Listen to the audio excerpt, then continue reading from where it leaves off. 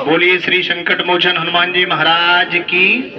तो अपने जीवन में, अपने समय में, जितना भी समय आपको परमात्मा ने दिया है, जो भी समय आपको परमात्मा ने दिया है, परमात्मा की कृपा से जो ये जीवन मिला है, इस जीवन में केवल एक ही लक्ष्य, एक ही चीज को याद रखिए। जिस दरबार में, जिस मंदिर में, जिस सत्संग में आप बैठे हो, वहां अपनी अंतरात्मा को, अपने इस हृदय को, अपने इस मन को, अपनी इस वाणी को, अपने अंतःकरण को और परमात्मा के चरणों में इतना लीन कर दो, इतना लीन कर दो, इतना लीन कर दो कि परमात्मा अपने आसन को छोड़ करके, ईश्वर अपने आसन को छोड़ करके और तुम्हारे पास स्वयं तुम्हारे साथ आने का काम करे और परमात्मा सदैव तुम्हारे साथ रहे।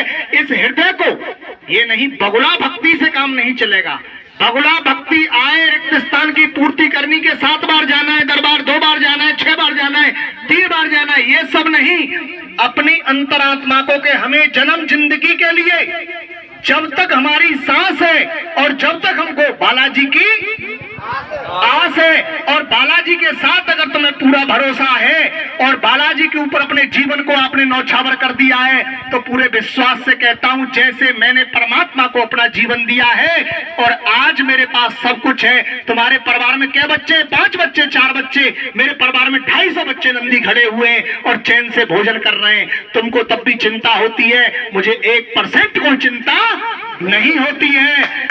तुमसे ज्यादा खर्चे तुम्हारे बच्चों के लिए तुमको नौकर नहीं रखने पड़ रहे, मुझे अपने नंदियों के लिए नौकर भी रखने पड़ते हैं और मुझे सब व्यवस्थाएं देखनी पड़ती हैं। और महाराज, तुम्हारे अगर बच्चों पर संकट आएगा तो डॉक्टर क्या खुद जा सकता है? मेरे तो नंदी पर अगर कोई संकट आता है तो नंदी के पास खुद डॉक्टर लाना पड़ता है। इसलिए अपने जीवन को इस परमात्मा के चरणों में इतना लगा दो, इतना भरोसा परमात्मा पर करिए कि परमात्मा स्वयं, ईश्वर को स्वयं तुम्हारे पास आना पड़े। जैसे कि जब जब धरती पर पाप बढ़ता है तब भगवान अवतार लेके आते हैं, और क्या भगवान जब अवतार लेके आते हैं, जब मेरे भक्त पर संकट आता है तब भगवान अवतार लेते हैं। तो इतना भगवान पर भरोसा करिए, इतना परमात्मा पर भरोसा करिए कि भगवान को स्वयं तुम्हारे पास आने के लिए मजबूर हो जाए, मेरा ईश्वर स्वयं मजबूर हो जाए।